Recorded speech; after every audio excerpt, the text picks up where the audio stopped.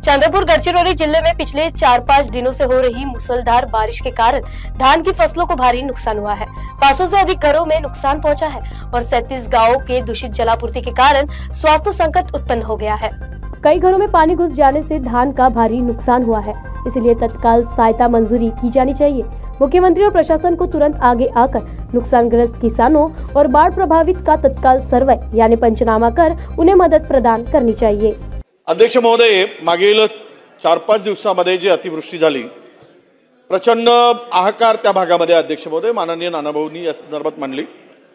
आतापर्यंत आम्ही सगळी जी प्राथमिक माहिती घेतली त्यामध्ये 13,000 हेक्टर प्रथमदर्शनी नुकसान झालं, शेतीचं भात पिकाचं नुकसान झालं।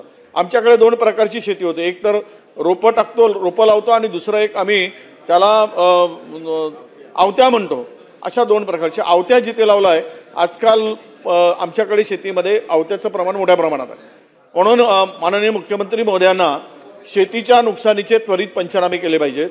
आता माहिती आली की जवळपास आमच्याकडे 556 घरं ही पडलेली आहे आणि त्यामुळे मोठ्या प्रमाणात घरांचंही नुकसान झालेलं आहे आणि आता पिण्याच्या पाण्याची त्या जवळपास 37 गावं अशी आहेत की जिथे पाण्याखाली आलेली होती। चंद्रपूर, गडचिरोली, भंडारा तिथे पाण्याच्यामुळे पिण्याच्या पाण्याचा फार गंभीर प्रश्न झाला।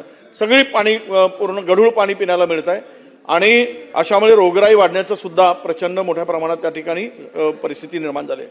मला एवढीच विनंती करायची आहे आपल्या माध्यमातून की तातडीनं हे सगळे पंचनामे करावेत आणि जे गावं पाण्याखाली आलीत, घरं पडलीत, घरात शेतात पाणी, आपल्या घरामध्ये पाणी गेलंय, त्याला तातडीनं त्यांना जे काही खावटी आपण म्हणतो ती मंजूर करून घ्यावी आणि ती मदत करावी। आणि तिसरा शेवटचा महत्त्वाचा विषय असा आहे की उन्हाळी धानामध्ये आपण ऑनलाईन अर्ज केला पण ते पूर्ण खरेदी झाली नाही। ती धान शेतकऱ्यांच्या घरात मोठ्या प्रमाणात अजूनही साठवलेलं आहे। आपण सगळी पंचनामे केले तर आपल्या लक्षात येईल। तर त्यामुळे सेंटरवरही मोठ्या प्रमाणात नुकसान झालं आणि उचल न झाल्यामुळे घरातही नुकसान झालं। तर याही संदर्भात माहिती घेऊन योग्य तो मदत त्यांना कशी देता येईल याबाबत निर्णय घ्यावा।